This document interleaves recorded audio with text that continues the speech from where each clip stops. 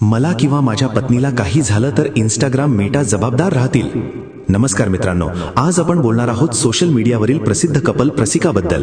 दीपिका वेदपाठक आणि प्रसाद वेदपाठक यांचे Instagram account अचानक सस्पेंड झाले आहे.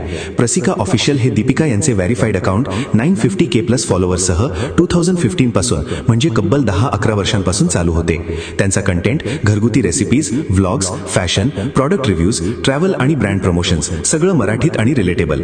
चाइल्ड फ्री बाय चॉईस सारखे बोल्ड विषयही त्यांनी मांडले. प्रसाद यांचे UIC व्लॉग्स ही महाराष्ट्रात खूप लोकप्रिय आहेत.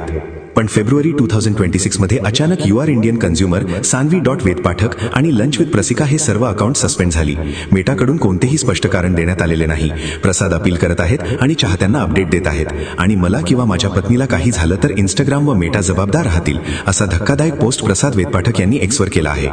आणि हे पहिल्यांदाच वादात नाहीत. 2023 मध्ये त्यांचा असाच एक फोटो व्हायरल झाला होता. लोक म्हणत होते की दीपिका वेदपाठक या IAS ऑफिसर आहेत आणि डॉक्टर बाबासाहेब आंबेडकर जयंतीला म्हणाल्या की माझे यश बाबासाहेबांमुळे. पण हे पूर्णपणे खोटं होतं. त्या IAS नाहीत, त्या MCA झालेल्या आहेत. डिजिटल इंडिया टीममध्ये काम केलं आहे, पण सिव्हिल सर्व्हिसेसमध्ये नाहीत. चुकीची ओळख देऊन फोटो व्हायरल करण्यात आला होता. हे खोटं असल्याचं फॅक्ट क्रेशंडो इंडियाने सिद्ध केलं होते. दशकभराची मेहनत एका रात्रीत बंद झाली. आता प्रश्न असा, हे मास रिपोर्टिंगमुळे की काही पॉलिसी इश्यू? याबद्दल तुम्हाला काय वाटतं? कमेंटमध्ये नक्की सांगा.